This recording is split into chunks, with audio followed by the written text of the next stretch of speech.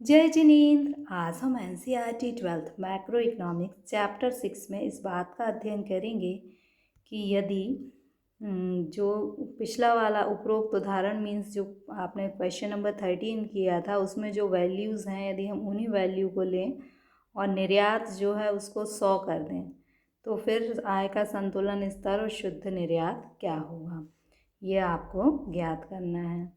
तो हमें क्या करना है कि क्वेश्चन नंबर 13 में से ये सारा हमने क्वेश्चन में से ही लिख लिया वैल्यू। ये आपको 14 में नहीं दिया, उपरोक्त उदाहरण दिया है, मतलब आपको क्वेश्चन नंबर 13 में से ये सारी वैल्यू लिख लेना है।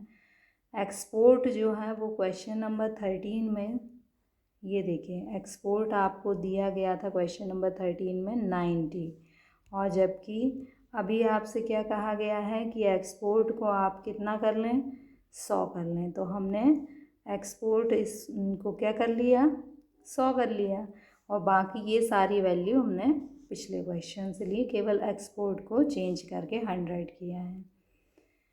ये जो फार्मूला है संतुलन आय का फार्मूला है, ए की वैल्यू हमने रख दी, ये ए की वैल्यू होती है, और ये वाला जो फार्मूला है ये हमने वैसा का वैसा नीचे उतारा, केवल ए की वैल्यू पुट करी है।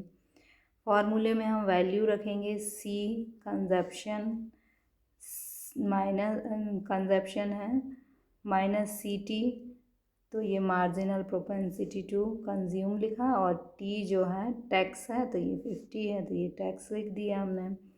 फिर आई फॉर इन्वेस्टमेंट, निवेश जो है वो 60 है तो हमने निवेश 60 लिख दिया। इसके बाद गवर्नमेंट एक्सपेंडिचर 40 है तो हमने 40 लिख दिया, और इसके बाद एक्सपोर्ट 100 है तो 100 लिख दिया। फिर इंपोर्ट 50 है तो हमने 50 लिख दिया। मतलब इस फार्मूले में हमने क्या की, ये सारी वैल्यू लिख दी। नीचे का पार्ट सॉल्व करते हैं। नीचे के पार्ट में 1 माइनस सी मीन्स ये स्मॉल सी है यानी ये वाला अकेला लिखना है, marginal propensity to consume, plus small M का मतलब केवल ये लिखना है तो ये हमने लिख दिया। इसको हम सॉल्व करेंगे तो हमें आय का संतुलन स्तर 600 प्राप्त होगा।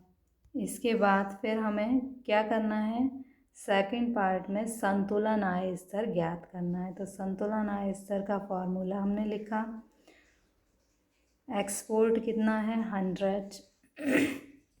100 लिखा, माइनस एम कितना है 50 है तो हमने 50, इसके बाद माइनस 0.05 इंटू वाई क्या है, आय का संतुलन स्तर, तो ये हमने लिख दिया। इसको सॉल्व करा तो 20 क्या आया, शुद्ध निर्यात हमें प्राप्त हुआ। So thank you.